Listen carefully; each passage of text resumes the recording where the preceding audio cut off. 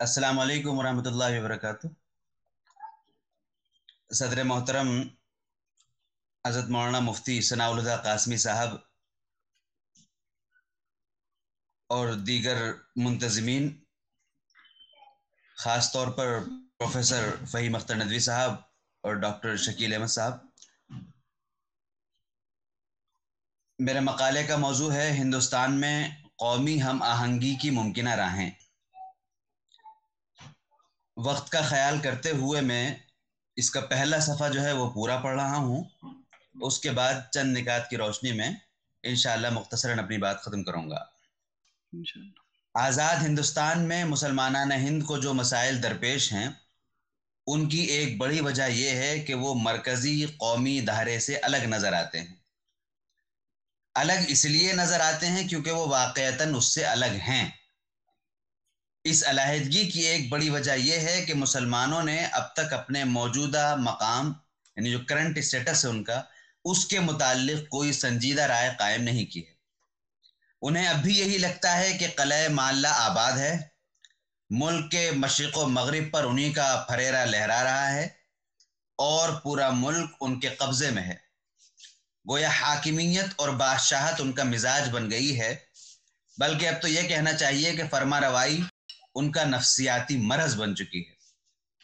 वो हर मामले को उसी शान व शौकत के साथ हल करना चाहते हैं जिस शान व शौकत के साथ वो पहले मसाइल को हल किया करते थे, और जब हल नहीं कर पाते तो मज़ीद ज़हनी इंतशार और नफ्सियाती दबाव का शिकार हो जाते हैं।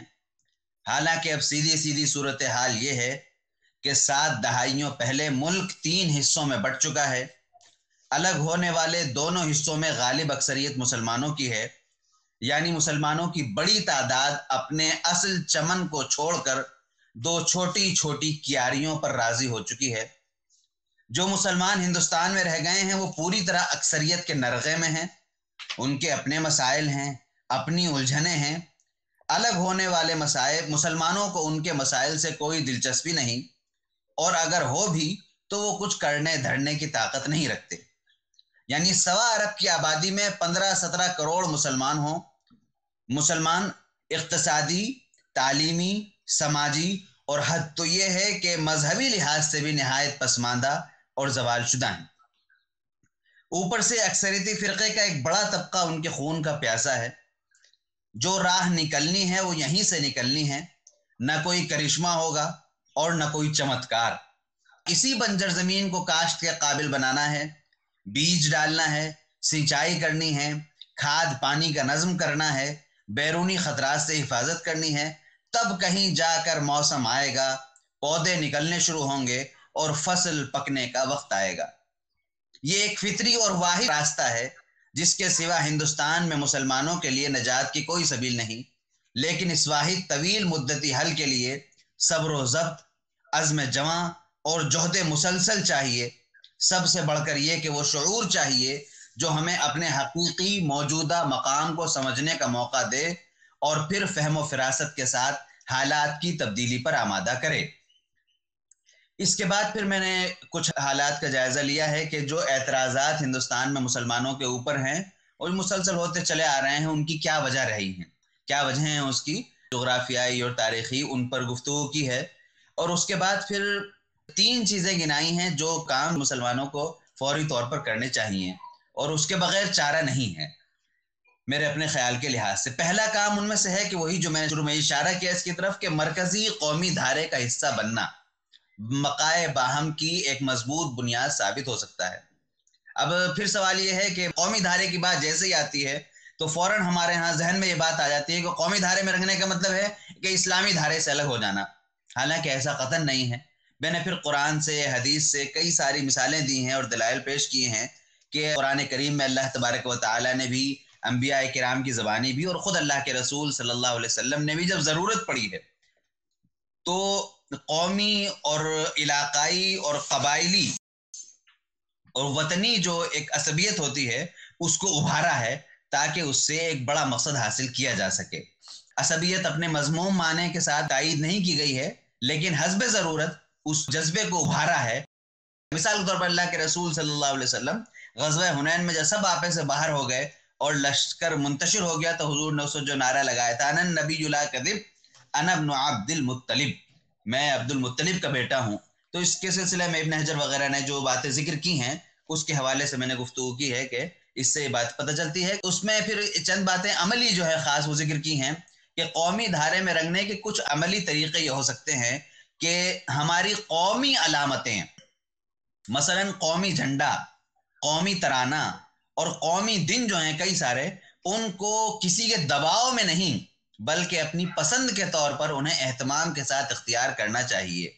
ہمارے جلسوں میں اداروں اور تنظیموں کے ترانے لہک لہک کر پڑھے جاتے ہیں، تو قومی ترانہ کیوں نہیں پڑھا جا سکتا، جبکہ یہ واضح اور طے شدہ ہے کہ قومی ترانے میں کوئی اسلام مخالف عنصر موجود نہیں ہے، جو بہت وضاحت کے ساتھ چیزیں آ چکی ہیں اور اس طرح کی کئی ساری چیزیں ذکر کی ہیں.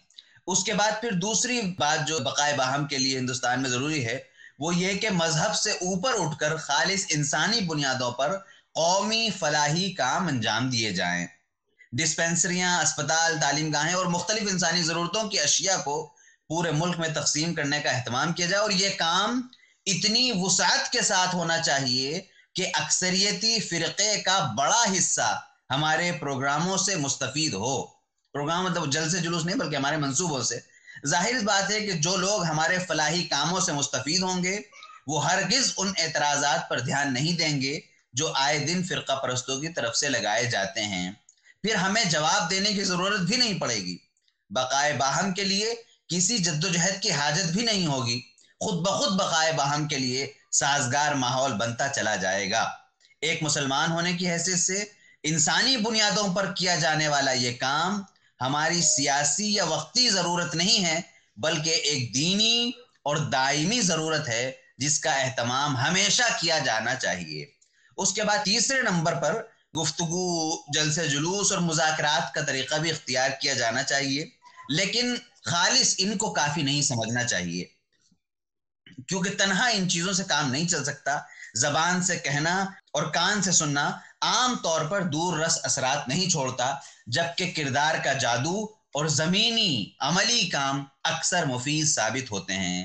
البتہ پڑھے لکھے طبقے اور خواص کے درمیان بقائے باہم سے متعلق مختلف موضوعات پر چھوٹے بڑے جلسوں اور مذاکروں کا اہتمام بھی مفید ہو سکتا ہے.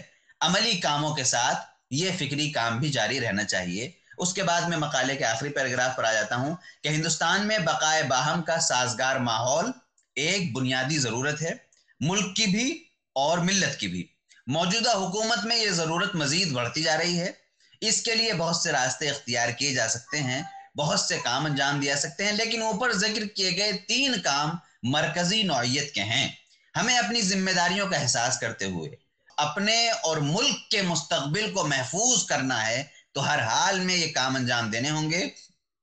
ایک لمبے عرصے تک یہ کام کرنے کے بعد بجا طور پر اس بات کی امید کی جا سکتی ہے کہ انشاءاللہ اچھا ماحول پیدا ہونے لگے گا اور تبدیلی کے آثار صرف تنے یا ٹہنیوں سے نہیں بلکہ جڑ سے ظاہر ہونے لگیں گے. یہی ہماری بنیادی ضرورت ہے اور اسی میں ملک اور ملت کی حفاظت کا راز پنہا ہے. السلام علیکم ورحمۃ اللہ وبرکاتہ.